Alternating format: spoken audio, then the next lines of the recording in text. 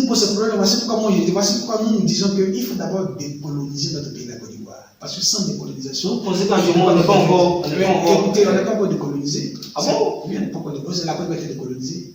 Ah bon, c'est vos propos, hein?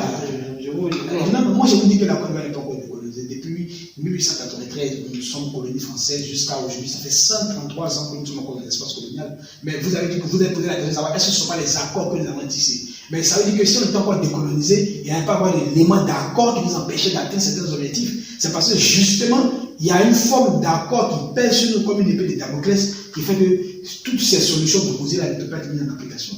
Et donc, vous, une fois présent, vous allez.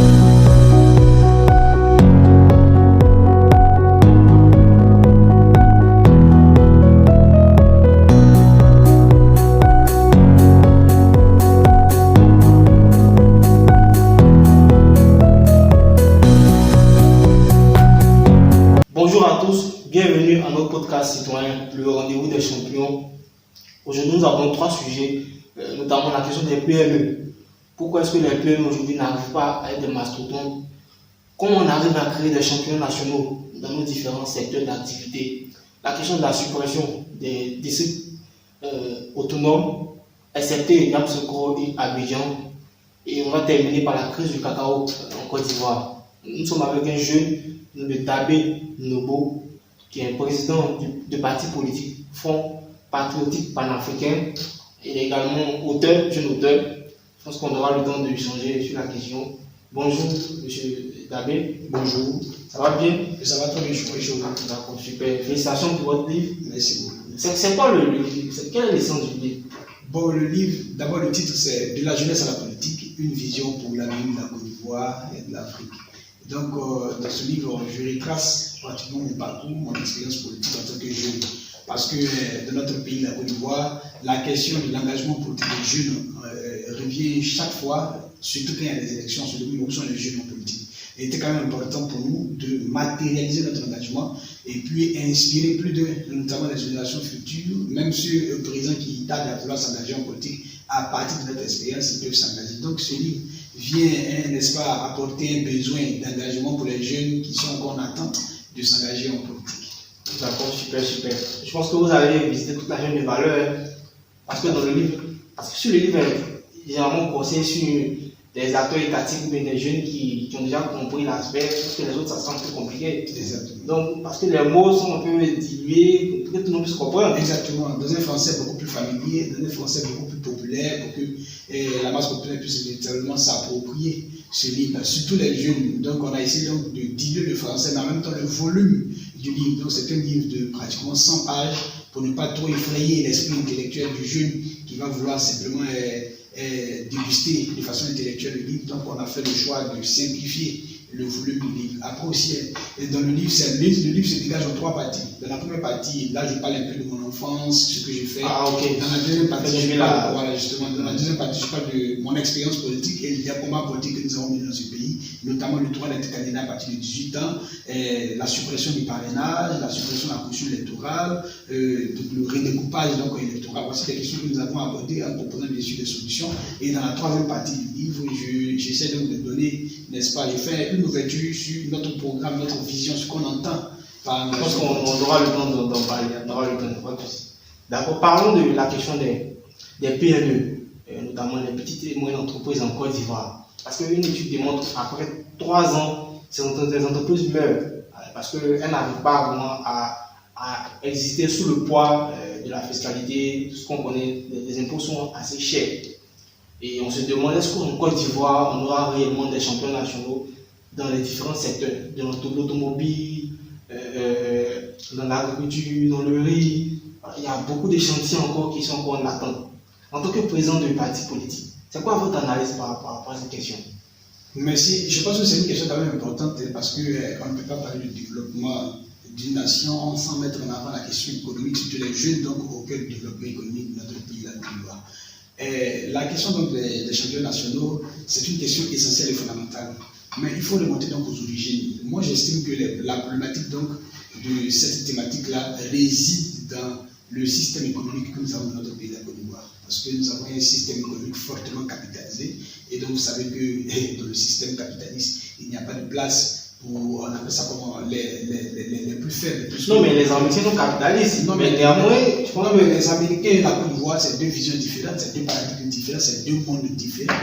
Là-bas, c'est là-bas, ici, c'est ici, ici, c'est la Côte d'Ivoire. On est en train de parler des problèmes de la Côte d'Ivoire. Et quelles sont les solutions qui peuvent être utiles à l'évolution de notre pays, la Côte d'Ivoire. C'est là l'essentiel. Donc, je pense que la solution doit résider dans notre capacité à fouiller de façon endogène, trouver les solutions là, présentement, et puis essayer de développer. Donc, moi, je dis le problème, il est d'abord, c'est le système économique dans lequel nous nous trouvons. Un système économique capitaliste qui ouvre la porte donc aux multinationales et qui ne donne pas la possibilité aux jeunes, bien évidemment, ici dans notre pays, de pouvoir aussi émerger. Vous avez parlé des secteurs d'activité, mais les secteurs d'activité que nous avons, vous avez parlé de l'agriculture, c'est un secteur stratégique. Combien de jeunes dans le domaine de l'agriculture sont accompagnés en tant que tels? Vous avez parlé de l'automobile, qui est un secteur aussi très stratégique de notre pays, la Côte d'Ivoire. On a vu des gens qui essaient de se démarquer avec des marques de voitures qui sont sorties, que je félicite. Mais comme ça dit que comment l'accompagnement de façon technique et économique se fait par rapport à ces personnes-là. Donc vous allez voir qu'il ne peut pas avoir d'accompagnement parce que le système qu'on a ne se penche pas. C'est quoi le système? Vous parlez de système. Justement. Mais écoutez, on a un système économique capitaliste. D'abord, c'est quoi le capitalisme? Il faut savoir que le capitalisme ne combat pas la pauvreté. Le capitalisme combat le pauvre, c'est sa raison d'être. Donc, l'idée ici, c'est, on parle de recherche de profit. Mais qui sont ceux qui cherchent le profit? Vous allez constater que ceux qui cherchent les profits sont pour la plupart, ou du moins en majorité, les multinationales qui ne sont pas naturellement natifs du territoire, qui prennent tout le capital qu'il faut et puis qu'ils exportent dans leur pays d'origine. Ça pose problème. Donc, si on veut essayer de résoudre, de trouver une solution fondamentale par rapport à la question des champions nationaux, c'est d'abord le système économique qu'il faut attaquer. Il faut donc, du coup, mettre sur pied un système économique peut-être socialiste, qui pourrait donc un visage véritablement humain, qui s'occupe donc des jeunes, un système économique socialiste qui est tourné véritablement vers... Donc, pour vous, en gros, je vais caricaturer. Pour vous, en gros, avec ce système, il est quasiment non évident qu'on puisse créer des champions nationaux. Il est quasiment non évident. Il faut un système un peu socialiste, où les pauvres se retrouvent un peu dans le système pour qu'on puisse créer cet univers-là. C'est ça votre idée, justement. Mais vous avez parlé des questions fiscales, vous avez parlé les faits parlent en disant qu'en espace de 3 ans, ils tombent. Justement parce que les mesures, n'est-ce pas, fiscales qui sont mises ne favorisent pas, donc ne permettent pas aux jeunes de pouvoir tenir. Ces mesures-là peuvent faire tenir une multinationale qui mène à l'Afrique à les moins colossaux, mais le jeune qui a 25 ans qui veut s'engager, quand on met toutes des mesures draconiennes financières, justement ça l'empêche, au bout de 3 ans, il va s'étouffer. Les questions d'impôts, les questions de... Donc il faut peut-être un système économique socialiste qui tient compte de cette réalité-là, qui peut dire attention, si un jeune vient, on pense que de telle année, on lui donne cette latitude-là de pouvoir se positionner. À partir du temps, on peut commencer maintenant à le taxer, à faire ça. Mais tout en allégeant les taxes, pour essayer de faire aussi un suivi, n'est-ce pas, pour qu'il y ait véritablement un accompagnement qu'il faut, et puis donc permettre à ce suivi. Est-ce que vous pensez qu'aujourd'hui les jeunes sont prêts, suffisamment prêts pour recevoir assez de financements, de pouvoir vraiment accroître leur business? Mais c'est quel jeune qui n'est pas prêt? Mais je vous pose la question. Et tous les jeunes sont prêts. Tous les jeunes sont prêts. Et tous les jeunes sont prêts. Et la Côte d'Ivoire, c'est 75% de jeunes. On ne peut pas me dire que les 75% de jeunes ne sont pas prêts. Ça serait donc véritablement, ça serait faire plus de mauvaise foi. Donc je pense que les jeunes sont prêts. Les jeunes sont en attente, les jeunes ont besoin de moyens. Les moyens doivent être mis à la disposition des jeunes pour qu'ils puissent véritablement aussi s'exprimer, exprimer leurs talents et puis faire donc avancer notre pays, la Côte d'Ivoire. Donc dire que poser la question de savoir est-ce que les jeunes sont prêts, pour moi, à mon sens, c'est véritablement tordre le micro à la jeunesse parce que tout jeune est prêt. Tout jeune est prêt. Et si le jeune n'est pas prêt, la question n'est pas pourquoi le jeune n'est pas prêt. La question est qui fait que le jeune n'est pas prêt. Voilà, parce que certainement que les mesures ne sont pas mises à disposition pour que les jeunes soient réellement prêts et donc adresser les solutions au problème de son pays. Donc vous pensez qu'aujourd'hui, l'agence emploi jeune qui est là, qui aide les jeunes à vraiment se permettre à ce que les activités puissent progresser et ne travaillent pas suffisamment pour eux ou bien c'est pas? Bon, pas une question de ne travailler pas suffisamment pour eux. Je vous ai dit qu'il faut tenir compte d'abord de la densité de la population juvénile. On parle de 75% des jeunes. C'est pratiquement qui forment pratiquement la moitié de la population ivoirienne. Nous sommes assez. Donc il faut véritablement des mesures, des mécanismes qui puissent véritablement prendre en compte tous ces jeunes-là, surtout ceux qui veulent s'engager dans le domaine économique, économique, parce qu'il faut le rappeler à titre informatif, c'est pas tout le monde qui veut forcément faire du business. Hein. Il y a d'autres qui veulent être des footballeurs, il y a d'autres qui veulent être des artistes, il y a d'autres qui veulent être des opérateurs. Non, c'est pourquoi on parle de champions nationaux. Il faut créer des champions dans tous les secteurs. Justement, il faut créer des champions dans tous les secteurs. Donc, la question économique dit que est-ce que l'agence centrale, on ne peut pas forcément jeter du discrédit sur l'agence centrale jeune. Elle fait quand même son travail, il faut saluer les efforts, n'est-ce pas, fournis par l'agence centrale jeune. Il a donc de la transformation économique de notre pays, là, de le voir, mais il y a encore des vérités, il y a encore beaucoup de choses à faire avancer. Ça aussi, c'est normal, il faut le dire. Donc pour vous, avec un système plus efficace, on pourra vraiment accroître notre croissance économique et pourquoi pas créer beaucoup de champions nationaux dans tous les secteurs. Avec un système économique social qui est justement un système économique socialiste, parce que le système économique capitaliste que nous avons ne peut jamais dans notre pays favoriser. Parce qu'il y a d'abord cet état d'esprit-là de vouloir mettre en avant notre multinationale. Ça, c'est un élément qui est important. Donc, à chaque fois que vous allez le constater, on parle souvent d'appels d'offres, tout ça, mais naturellement, on sait que les appels d'offres se terminent par les multinationales. C'est toujours les grandes multinationales qui ont les grands marchés dans notre pays, la Côte d'Ivoire. Ah bon? Donc, les jeunes n'ont pas de grands marchés. Citez-moi un jeune en tant que tel. Ils sont combien? Sur 75% des jeunes, les jeunes qui font de l'entrepreneuriat, ils sont combien qui bénéficient? En tout cas, quand je sors les BTP que je vois, les grands travaux qui se font, ce sont pratiquement les multinationales qui en font. J'ai jamais vu de jeunes ivoiriens qui, par exemple, sa structure du BTP, qui a bénéficié quand même d'un projet, de grand envergure public, et puis on le voit, et puis on connaît son nom, on entend son nom. Je ne l'ai jamais vu. Donc c'est ça votre combat. Justement, c'est aussi ça notre combat, c'est très important. Il y a quoi comme d'autres aspects dans votre combat? Oui, dans notre combat, on appelle ça comment? La question des champions nationaux, c'est une question qui est quand même très fondamentale. Et je pense que pour la résoudre, d'abord, il faut un système économique socialiste, véritablement socialiste, où l'État met sincèrement et concrètement les moyens à disposition des jeunes. Si on a une politique qui est véritablement tournée vers une démarche nationaliste, où on priorise d'abord nos champions nationaux, je pense qu'on pourra en produire. Si c'est ciblé dans les différents secteurs, notamment l'agriculture, l'automobile, il y a des gens qui arrivent à se démarquer. Ceux qui arrivent à se démarquer, l'État doit automatiquement les appuyer. Et l'État doit faire de ceux-là des mastodontes. Ne doit même pas se limiter qu'à l'espace territorial, mais aller aussi à l'international compétit. Parce qu'un champion national n'a pas pour vocation que de rester dans l'espace territorial. Il faut qu'il parte aussi conquérir comme le reste du monde. Donc ça, c'est un dispositif que l'État met à disposition des jeunes qui véritablement se démarquent. Dans le domaine du riz, il y en a des jeunes qui arrivent à se démarquer et qui font leur exploit. Mais il faut véritablement un accompagnement derrière, toute une industrialisation de l'État, même un peu financier. Parce que c'est ce que les pays européens ont fait. Justement, même la Chine, c'est ce que la Chine a fait en ciblant. Donc si on a un jeune qui se démarque dans le domaine de l'automobile, qui fait avancer, qui a fait quand même cette pause, qui a fait première étape, deuxième étape, et qu'on sait qu'à partir de la troisième étape, il faut les moyens colossaux. Et là, l'État doit intervenir, mettre même les moyens, en fermant les yeux, mettre les moyens à disposition, ouvrir, et puis créer les conditions. Vous allez voir qu'à partir de cet instant précis, il pourra employer beaucoup de personnes, parce que l'État met les moyens, l'État aussi peut faire un retour sur investissement. C'est des choses qui se font.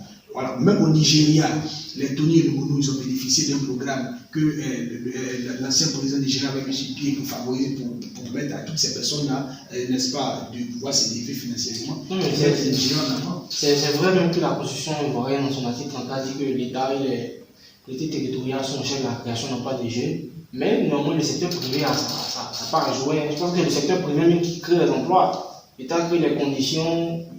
Ça, c'est ma position, c'est ce que je pense. Oui, bon, la question du secteur privé. Non, mais parce que si on crée les championnats nationaux, je pense que c'est plus dans le secteur privé.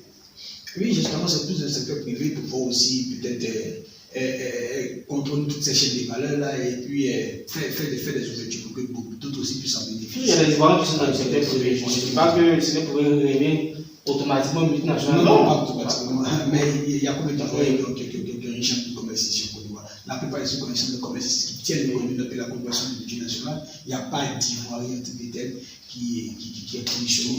Donc, disons certains certains, bon, on parle des jeunes, on parle des jeunes Ivoiriens. Bon, combien de jeunes en tout cas? Ils sont combien sur ça? D'accord, ok. D'accord, on va progresser. On va parler maintenant du cas de la suppression des districts, des ministres gouverneurs, parce que vous avez appuyé avec moi tout récemment, le gouvernement Mambé 2, lorsque le président a signé le décret qui dit maintenant il n'existe plus de disque les ministres gouverneurs dans nos différentes régions. On a gardé depuis 2011 ceux de Yamoussoukro et Abidjan. C'est quoi votre analyse par rapport à ça? Est-ce que vous pensez que cette suppression elle est légitime? Est-ce que c'était normal ou on devait garder encore? Parce que le but de ces entités-là permettait d'aider les collectivités à pouvoir réussir leur croissance économique, travailler normalement, efficacement dans les politiques publiques de notre administration ivoirienne. Est-ce que vous êtes d'accord avec ces suppressions? Mais d'accord, d'abord c'est de savoir est-ce que l'objectif a été atteint? Est-ce que l'objectif d'assister les collectivités territoriales dans l'accroissement économique local, est-ce que l'objectif a été atteint? Moi, je pense que c'est à partir de là qu'on peut le situer. Certainement, s'il y a la suppression, c'est parce que les objectifs ont été atteints. Et on a considéré que les 12 autres districts qui ont été créés devenaient un poids économique pour la Côte d'Ivoire. Donc, il était nécessaire, bien évidemment. Mais c'était des budgets. C'était budgétif, il fallait les supprimer. Donc, c'est certainement qu'à un moment donné, l'autorité gouvernementale s'est rendue compte que les districts autonomes, certainement, n'arrivaient pas à atteindre les objectifs fixés. Et par conséquent, il était quand même important de les supprimer et puis peut-être de trouver d'autres choses à faire.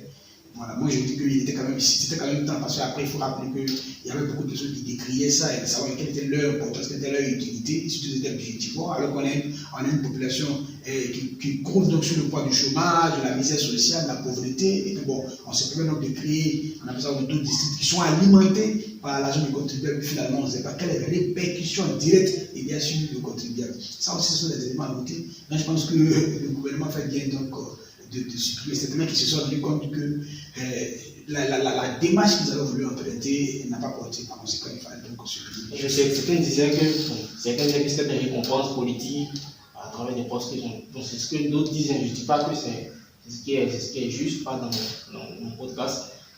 D'accord. Vous avez parlé du chômage des jeunes. Je pense que peut-être que moi je me dis que peut-être que la suppression de ces ministres ce budget permettait. On pourrait prendre ce budget pour remettre ça au ministère de la jeunesse, de pouvoir contribuer encore à la formation des jeunes, parce qu'aujourd'hui, le chômage est grandissant. Bon, pas que le chômage est grandissant, mais la question de la précarité de l'emploi. Parce que quand on a eu à demander aux institutions, on nous a dit de savoir que ce n'est pas le chômage de quelque chose qui est le problème, mais c'est la précarité de l'emploi qui pose le problème en Côte d'Ivoire. Quelle est votre analyse par rapport à ça? Est-ce que vous pensez que ces budgets-là, aujourd'hui, peuvent être transmis au ministère de la jeunesse pour qu'on puisse encore accroître la question de l'emploi en Côte d'Ivoire? Oui, c'est budget-là peut bien évidemment être réuni dans le ministère de la jeunesse, mais il faut savoir que vous avez dit quelque chose de très important. Vous avez dit que l'objectif donc des districts qui avaient été créés était de soutenir, n'est-ce pas, la collectivité territoriale pour renforcer le système économique. Moi, je pense que là, ce qu'il faut faire, c'est peut-être simplement de toucher directement la collectivité territoriale. Il faut leur remettre directement le budget. Parce que aussi la collectivité territoriale vise donc à créer de la richesse dans selon la loi donc, de 2003 portant transfert et action de compétences de l'État aux collectivités territoriales. Ça date de 23 ans. Justement. Donc ça veut dire que il faut davantage mettre les moyens à disposition des collectivités territoriales pour que, n'est-ce pas, ceux-ci puissent véritablement, au niveau local, créer de la richesse pour les jeunes. Parce que ce sont les jeunes qui passent devant les mairies, hein, on passe devant la mairie avant de passer devant le palais présidentiel. Donc peut-être que si on passe devant la mairie, on peut bénéficier déjà, hein, n'est-ce pas, du financement qui viendra directement du pouvoir central vers les collectivités territoriales pour permettre à ces jeunes-là de bénéficier. Aujourd'hui, quand vous êtes à Abidjan, on ne sent pas trop cette pression, parce que bon, Abidjan, c'est une zone cosmopolite. Mais quand vous partez à l'intérieur du pays, vous pouvez voir même que vous avez découvert la misère, la pauvreté, surtout les jeunes, la précarité d'emploi. Parce que bon, là-bas, il n'y a pas de zone d'industrialisation très forte. Donc, du coup, ça fait que les jeunes sont obligés donc, de sombrer dans le désespoir, dans la misère, dans la précarité d'emploi. Bon, ils sont là comme ça. Donc, il faut mettre les moyens à disposition des collectivités territoriales pour que ceux-ci puissent, au niveau local, créer des unités de transformation industrielle, permettre donc à ces jeunes-là de pouvoir recruter directement les jeunes de leurs différentes communes, puis permettre à ceux-là de faire avancer donc l'économie locale et puis après l'économie nationale. Donc, c'est toute une chaîne de valeurs qu'il faut véritablement maîtriser. Moi, je pense qu'en résumé, les moyens qui étaient mis auparavant à disposition des districts devaient être directement mis à disposition donc, des collectivités territoriales. Donc vous, demain, vous êtes président de la Côte d'Ivoire, c'est un système que vous allez appliquer. C'est ce système qu'il faut appliquer. Il faut non, mais les Ivoiriens vous écoutent. Oui, mais les Ivoiriens nous écoutent, c'est le système qu'il faut appliquer. Il faut davantage doter de moyens financiers les collectivités territoriales pour que ceci puisse être opérationnel sur le terrain. C'est très important. Parce que c'est ça. Parce que moi, je vous dis que le plus beau développement serait le développement décentralisé.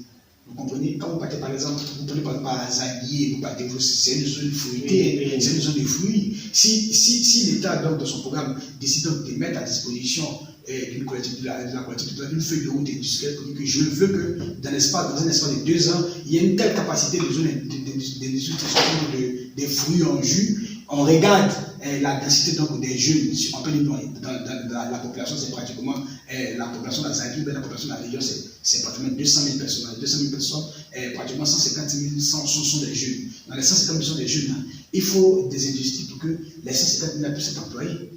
Mais pas forcément dans l'usine, parce que le jus de fruits, on le transforme, on le vend. Donc il peut y avoir des jeunes qui peuvent s'inscrire au niveau donc, de la vente du jus. Eux vont attendre que ça sorte de l'usine, vont pour moi vendre tous les magasins, ça fait prospérer les choses. Donc ça crée de l'emploi. Ça crée de l'emploi directement sur le terrain. Donc moi je parle de développement décentralisé. C'est la meilleure manière de développer. Mais quand le développement est centralisé, c'est difficile de. Votre projet pour le parti politique, il est au cœur du projet, ce dont vous parlez. Justement, il est au cœur du projet, c'est pour ça que je le déploie devant vous. Il est au cœur du projet. On parle donc de développement décentralisé, régionalisé. Il faut observer, il faut voir les forces et faiblesses des régions de notre pays, la Côte d'Ivoire, comment dans les régions, quelles sont les productions, quelles sont les productions agricoles que nous avons là-bas, quelles sont les forces donc, de production agricole, et puis voir quels sont les moyens qu'on peut mettre à disposition pour créer donc de la richesse dans ces zones-là.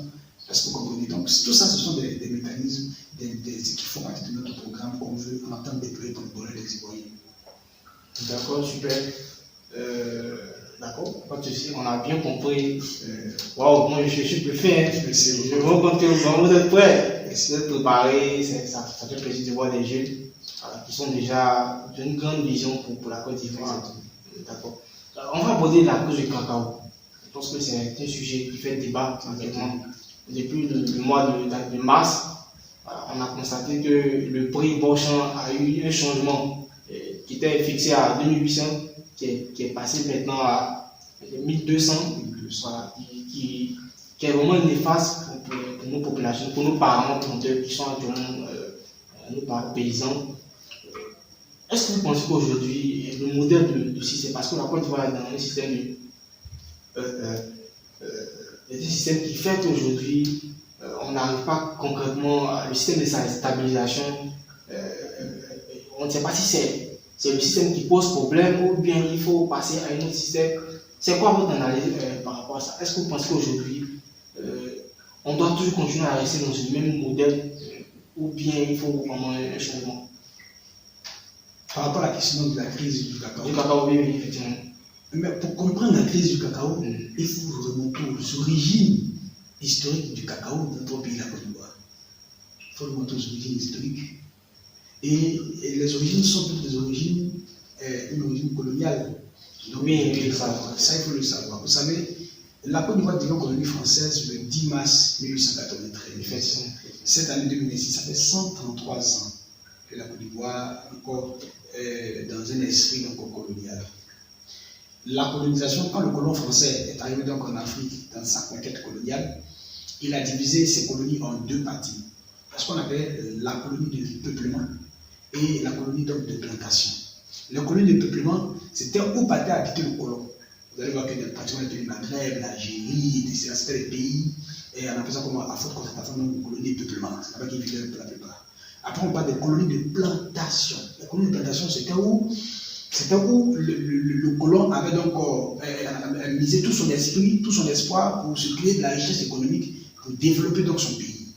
Donc la Côte d'Ivoire fait partie de la deuxième catégorie, c'est-à-dire la colonie de plantation. Donc quand dans la colonie de plantation, à cet instant précis, le colon s'est inscrit dans une dynamique donc, de renforcement de son industrie, de renforcement de son économie. Qu'est-ce qui va se passer? C'est là, à notre compte, l'introduction donc, du cacao. Parce que le cacao est arrivé dans les années 1870, en 1880, en Côte d'Ivoire, par Atu Verdi. C'est Atu Verdi qui a introduit le cacao en Côte d'Ivoire pour qu'on fasse la plantation de cacao. Mais la plantation de cacao qu'on faisait, ce n'était pas dans un objectif de permettre aux Ivoiriens de jouir réellement de cet élément-là.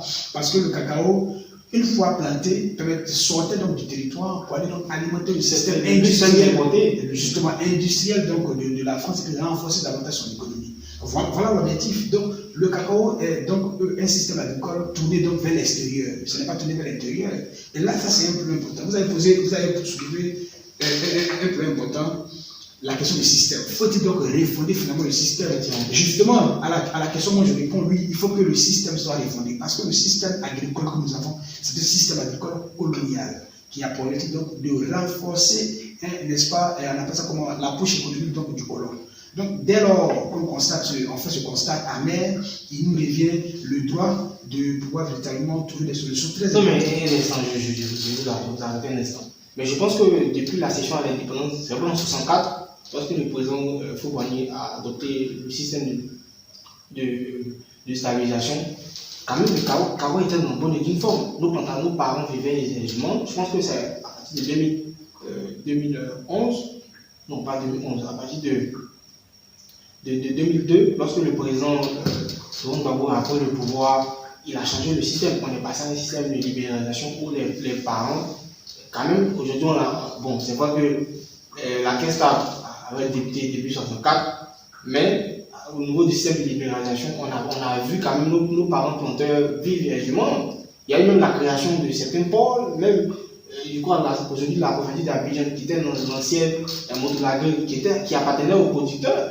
Je me dis quelque part, peut-être que c'est parce que vous avez dit que ce sont les colons, c'est un système colonial qui fait que nos parents, le cacao n'arrive pas vraiment à satisfaire notre sphère. Est-ce que vous ne pensez pas que votre perspective de voir les choses n'est pas un peu dérisoire? Parce que vous avez parlé du colon. Je me dis que quelque part, est-ce que ce n'est pas un peu dérisoire votre analyse?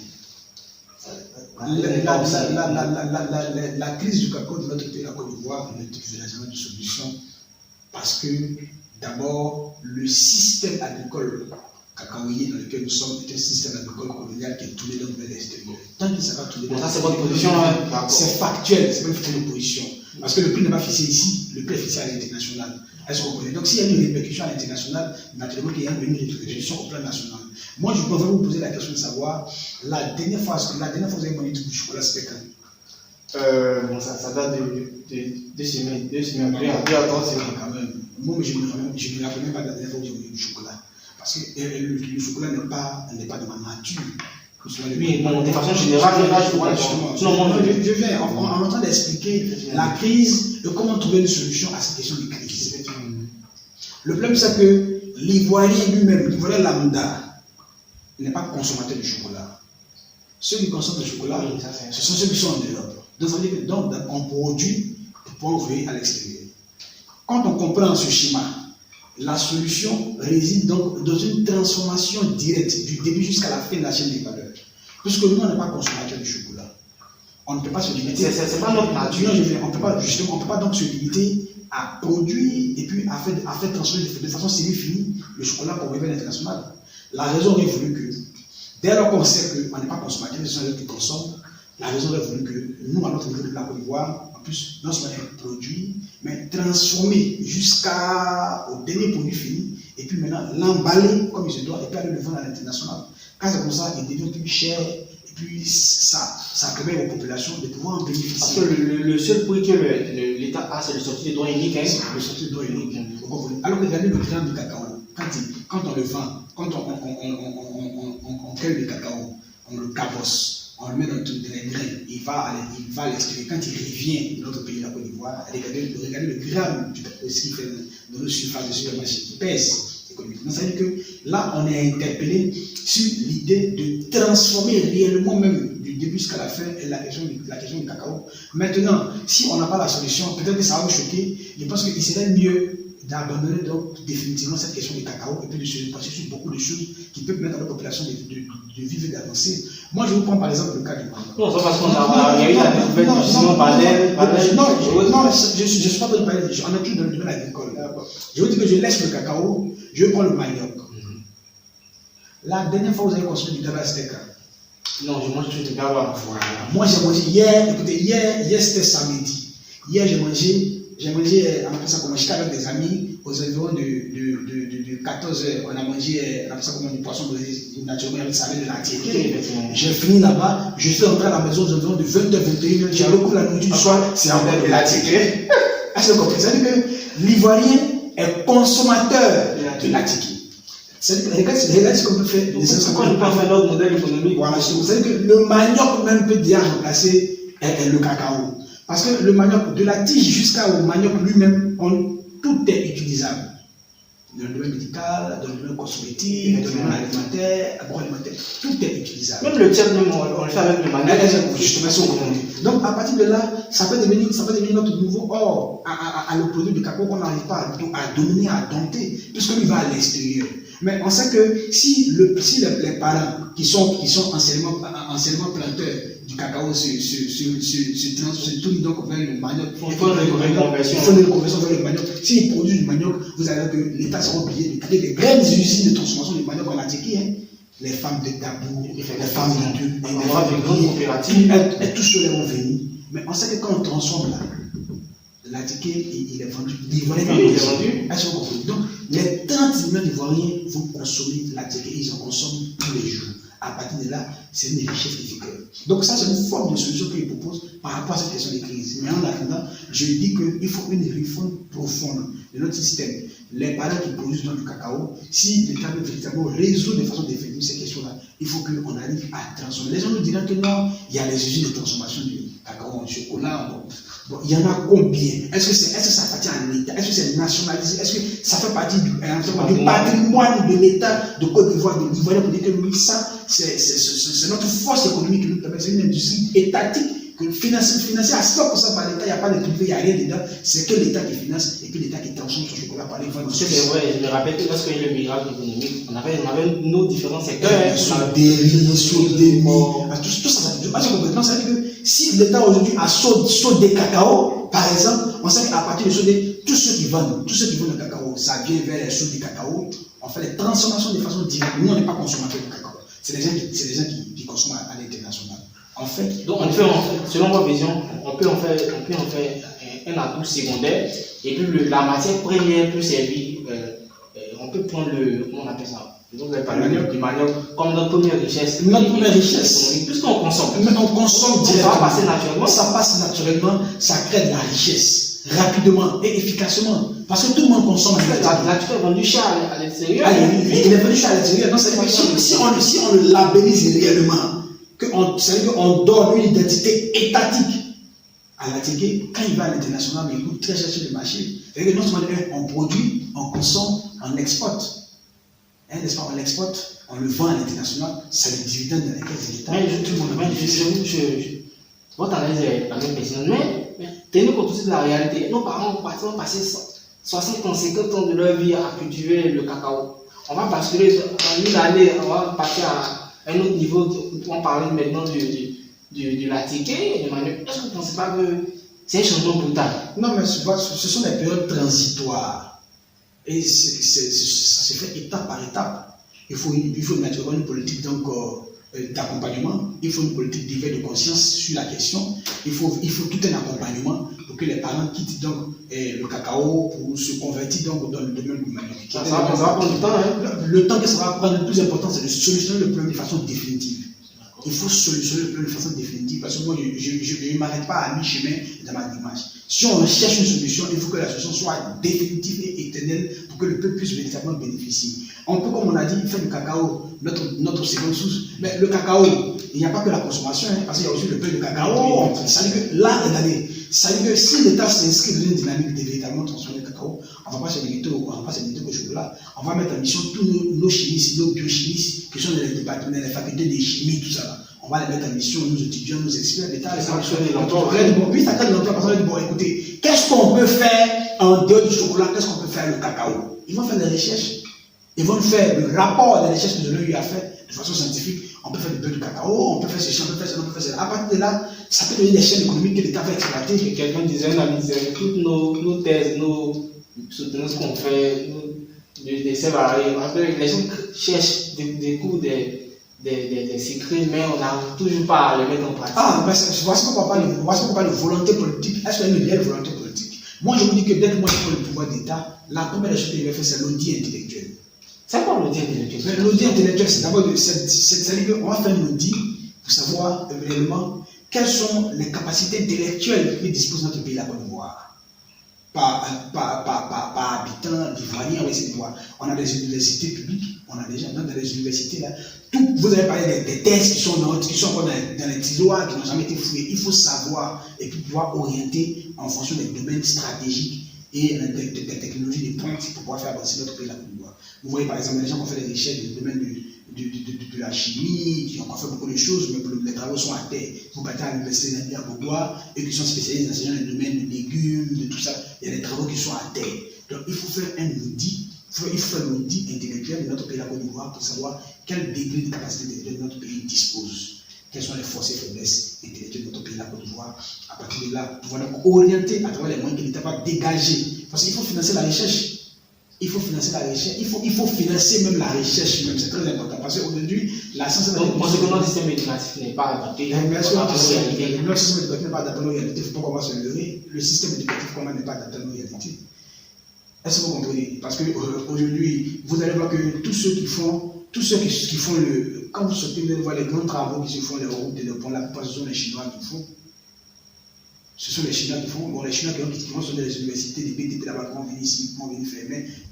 Où sont nos jeunes conformes? Donc c'est la théorie, il n'y a pas de pratique. Mais il n'y a pas de pratique. Écoutez, mais à un moment donné, il faut qu'on soit clair. Moi, c'est vrai que je suis président de mes. Non, vous dévoilez une cause. Non, en fait, je défends cette cause, mais en ma qualité aussi d'étudiant. C'est vrai que j'appartiens par exemple à la grande famille littéraire en tant que juriste, mais aujourd'hui, il faut plus mettre en avant les scientifiques. D'accord. Parce que ce sont ceux qui font les routes, ceux qui font les ponts, ceux qui font les bâtiments, ceux qui font les hôpitaux, ceux qui construisent. Hein, les mathématiciens, les physiciens, c'est tous ceux-là, ceux qui font les avions, ceux qui font les voitures, ceux qui font les moteurs. La crise même des enseignants. Voilà, elles sont compagnies bien. Mais la Chine n'a pas plus de 200 000 ingénieurs sur le continent africain. C'est cela qu'on voit dans les trucs. Mais à un moment donné, il faut arrêter. Donc, ils ne vont pas faire éternellement nos ponts. Ils ne vont pas faire éternellement tous nos bâtiments administratifs. Ils ne vont pas faire éternellement tous nos trucs. Il faut qu'il y ait une main-d'œuvre locale. Il faut qu'il y ait une main-d'œuvre locale. L'État, c'est-à-dire que l'État peut dire que bon, ce qu'on va faire en termes d'ingénieurs, nous on a besoin par exemple de 10 000 personnes, de 5 000 personnes en matière de BTP. L'État va former et transformer ces personnes-là. Vous allez voir que sur nos routes, même les machines qu'on va commencer à fabriquer là, ça sera nous nos gars qui vont fabriquer les machines. C'est ce qu'a fait le super développement social de la Chine. Parce que là-bas, quand on partait aujourd'hui en Chine, les ponts, les routes qui font là, ce ne sont pas les Européens qui vont faire ça chez eux. Moi j'ai suivi un peu l'histoire. On exigeait même les étudiants chinois à revenir au pays pour venir transformer pour venir transformer le pays. Donc c'est vers là qu'il faut partir. Pour revenir donc à la question de la crise du cacao, moi je suis en train de vous dire que le système agricole que nous avons, c'est un système agricole malheureusement colonial qui n'a pas encore été décolonisé. Donc tant qu'on restera dans cet état d'esprit-là, il y aura toujours des crises économiques. Vous avez vu, il y aura toujours des crises économiques. Or, l'objectif, c'est de ne pas créer de crise et de permettre aux populations de juger. Je pense que le Conseil cacao guinéen depuis 2011 a donné un prix de 2800. Tout récemment, nos parents étaient tellement contents. Ils ont même donné une caution de 50 millions au président pour sa candidature à la présidentielle. Donc, il ne faut pas nous dire, bon, c'est mon avis, nous dire qu'aujourd'hui, le système est quand même aussi néfaste qu'il le soit. Mais il suffit de regarder le visage des représentants du cacao pour comprendre qu'ils ne bénéficient pas réellement de leur production. Il suffit de regarder le visage des représentants du cacao pour voir. Il y a d'autres gens qui se plaignent politiquement, c'est les tickets qu'on leur donne avant de donner un ticket, et puis on prend ensemble ça. Donc, moi, j'ai envie de vous dire qu'il y a encore d'autres solutions ailleurs inexploitées qu'il faut exploiter. Donc, il y a l'urgence actuellement. Il y a l'urgence actuellement. Je vais donner le cas de Manioc. C'est-à-dire que si l'État s'inscrit dans cette dynamique, vous allez prendre sur 10 Ivoiriens, vous posez la question à 10 Ivoiriens. Quand est-ce que la dernière fois que vous voyez un chocolat, ça remonte à quand? Ils ne pourront pas vous répondre. La dernière fois que vous voyez la ticket, ça remonte à quand? Ils vont dire, il faut tout de suite payer le ticket. Payer un gros. Est-ce que vous comprenez? C'est factuel. Voilà, donc c'est factuel. Donc il faut pouvoir orienter la solution vers des choses qui sont factuelles, qui peuvent permettre à l'Ivoirien rapidement là, de gagner son pain sur le terrain. Mais le chocolat qu'on le transforme, c'est le cacao qu'on transforme. Moi je vous l'ai dit, le cacao peut servir encore à d'autres choses. pas forcément au chocolat, il peut y avoir beurre de cacao, il peut y avoir beaucoup de choses. Il Si on met il y a beaucoup de dérivés. Donc, si on met nos biochimistes, si on met, en tout cas les chimistes, ceux qui s'occupent des domaines, des sciences de domaine, si on les met en mission pour aller trouver d'autres dérivés en dehors du chocolat que le cacao peut faire, s'ils nous trouvent, l'État maintenant peut essayer de, pour toujours conserver certainement, on est dans des solutions peut-être dans une dynamique de ne pas certainement laisser totalement le cacao, puisque ça fait partie intégrée de notre histoire. Donc l'État peut dire, bon, c'est quoi on va faire. On a mis nos scientifiques en mission, ils sont allés à la recherche donc, pour savoir quels sont les dérivés donc, du cacao en dehors du chocolat. Voilà la liste des dérivés dressés. Ce qu'on va faire maintenant, c'est de mettre en place un système pour pouvoir inculquer ça dans le quotidien de l'Ivoirien. Vous comprenez? Si on dit par exemple, on fait du beurre de cacao, on fait du beurre. Ah, mais je pense que là, il faut commencer dès l'école primaire. Ah, mais c'est tout. Parce que nos parents qui ont déjà certain âge, il faut que ça sera un peu compliqué. Oui, mais en fait, l'objectif, faut pas voir forcément le verre à moitié vide. Il faut le voir toujours à moitié plein. Il faut toujours être optimiste. L'objectif, c'est de commencer. Dès l'instant qu'on commence, ça peut prendre 1 an, ça peut prendre 2 ans. À travers une vaste campagne de sensibilisation, ça peut prendre pour inculquer, pour dire que désormais, nous, puisqu'on n'est pas consommateurs du chocolat, mais alors qu'on produit le cacao, voici d'autres dérivés qu'on a pu faire. On peut faire des pommades avec ça. Pomadons-nous avec des dérivés. Là, on voit que donc, si les pommades qui viennent de l'extérieur, il peut y avoir un blocus à partir de la politique. Non, désormais, puisque nous, on a produit le cacao, en transforme ça, l'État paye. Vous comprenez que si l'État paye le cacao, qu'est-ce que ça rentre en usine? Ça ressort en pommade. Lui qui a venu vendre le cacao, il va venir payer pommade. On sait, c'est un échange. Ça va, ça vient, ça va, ça vient, ça vient, ça va. Plus d'économie reste au niveau local. Ça va créer les champions nationaux dont on parlait au début. Parce que lui, il peut avoir des gens qui sont producteurs de cacao. Il y a un qui n'est pas producteur de cacao. Mais à partir du cacao, on fait par exemple des pommades. Une femme qui est dans le cosmétique, puisque l'État a décidé de mettre un blocus d'abord pour les pommades qui viennent de l'extérieur. Nous, on va exploiter nos pommades qui sont ici, qui sont dérivées du cacao. Une femme qui est dans le cosmétique. Elle va se mettre directement à l'usine, elle prend là-bas, elle va dans son magasin, il y a tout un mécanisme qui est mis à sa disposition, elle vend ses pommades. Est-ce que vous pensez pas que ce sont les accords qui ont été signés depuis les années antérieures, 60, qui nous posent ces problèmes? Mais c'est ce qui nous pose ces problèmes. Voici pourquoi nous disons qu'il faut d'abord décoloniser notre pays, la Côte d'Ivoire. Parce que sans décolonisation. Vous pensez qu'actuellement, on n'est pas encore. Écoutez, on n'est pas encore décolonisé. Ah bon? Oui, on n'est pas encore décolonisé. La Côte d'Ivoire est décolonisée. Ah bon, c'est beau pour moi. Non, moi je vous dis que la Côte d'Ivoire n'est pas encore décolonisée. Depuis 1893, nous sommes colonie française jusqu'à aujourd'hui. Ça fait 133 ans que nous sommes encore dans l'espace colonial. Mais vous avez dit que vous avez posé la question de savoir est-ce que ce ne sont pas les accords que nous avons tissés. Mais ça veut dire que si on est encore décolonisé, il n'y a pas avoir l'élément d'accord qui nous empêchait d'atteindre certains objectifs. C'est parce que justement, il y a une forme d'accord qui pèse sur nous comme une épée de Damoclès qui fait que toutes ces solutions proposées là ne peuvent pas être mises en application. Et donc, vous, une fois présent, vous allez carrément annuler tous ces accords. Mais il faut les annuler rapidement. C'est une urgence de les annuler parce que ça étouffe la volonté et le développement de notre peuple. Ça étouffe le bonheur de notre peuple. Ça étouffe le bien-être de notre peuple. Ça étouffe l'amélioration des conditions de vie des Ivoiriens et des Ivoiriennes.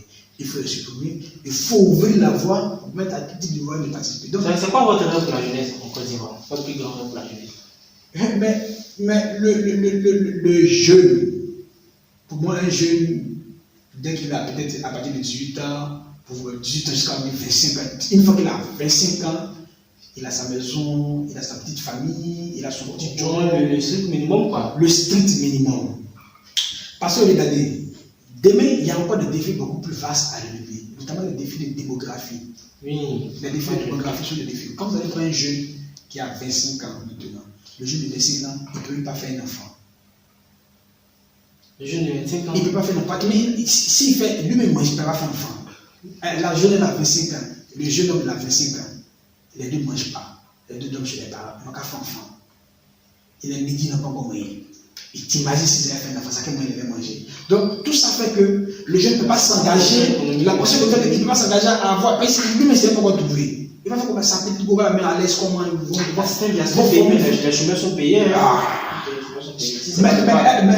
Mais qu'est-ce que ces pays où les chemins sont payés là, qu'est-ce qu'ils ont en termes de richesse que la Côte d'Ivoire? Plus que la Côte d'Ivoire, et puis la Côte d'Ivoire n'a pas les capacités de faire aussi notre pays. Qu'est-ce que ceux-là ils ont? Ou, c'est-à-dire les pays occidentaux où on paye les chômeurs, qu'est-ce qu'ils ont en termes de richesse que la Côte d'Ivoire?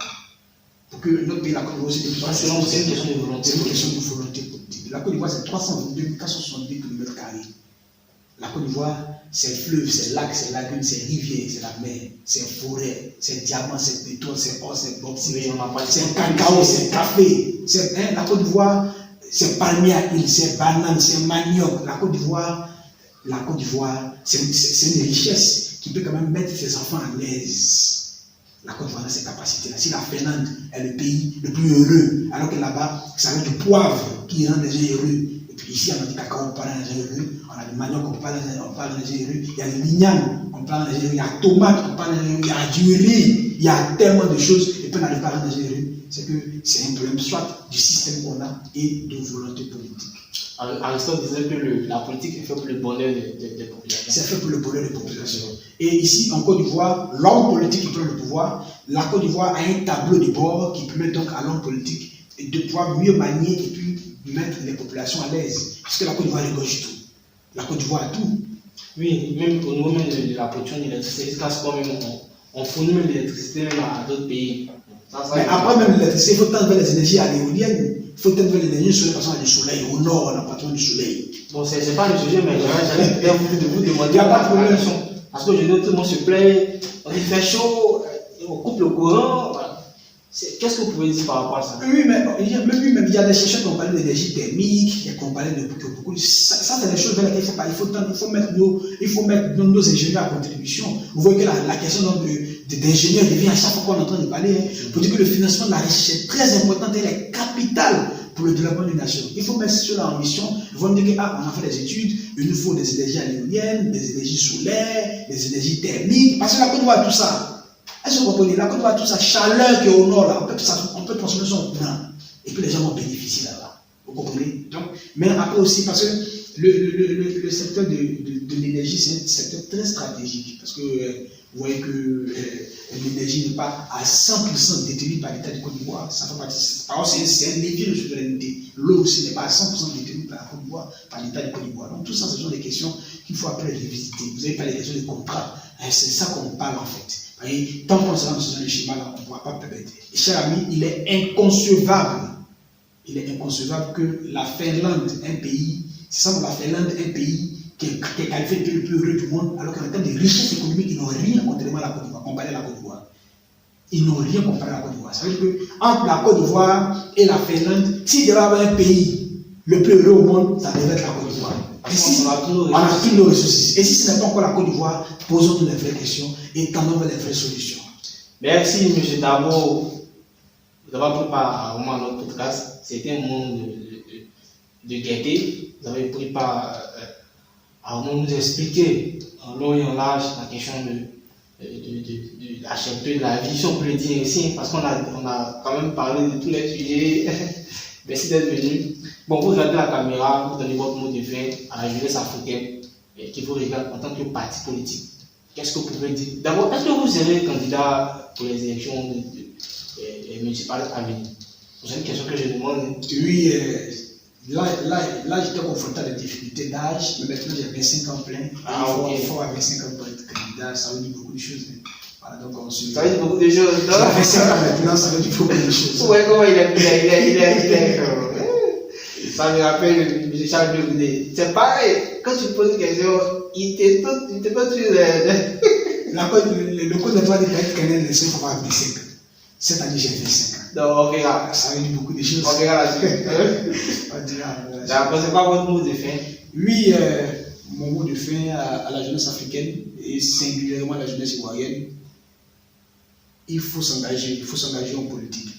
Il faut s'engager en politique. Parce que les défis que nous avons à relever sont énormes. Il faut sortir de la distraction, il faut sortir du divertissement. Parce que pendant que nous sommes assis dans les maquis, la jeunesse chinoise travaille, la jeunesse japonaise travaille, la jeunesse arabe travaille, la jeunesse américaine travaille, la jeunesse européenne travaille. Il faut que la jeunesse africaine et simplement ivoirienne se mette aussi au travail pour relever les défis et hisser haut notre pays, la Côte d'Ivoire. Merci à notre invité de rencontrer par notre podcast. Merci d'être venu. Merci à tous. Le livre, votre livre est disponible pour ça? Oui, notre livre il est à 5 000 francs. Il est disponible donc à la librairie Carrefour Sigoué. Cocody Saint-Jean, et là on est en train de voir aussi comment mettre pratiquement quelques librairies, mais après aussi il y a le numéro téléphonique qu'on peut contacter. Vous pouvez laisser le contact. Lui, le 05 95 02 17 07, voilà, c'est le seul numéro qui est à disposition à contribution. On reprend le numéro. Le 05 95 02 17 07, le livre de la 5 000 francs. Ok, alors donc merci à tous, et puis on se retrouve la semaine prochaine pour un autre podcast. Allez, bonne soirée. Merci.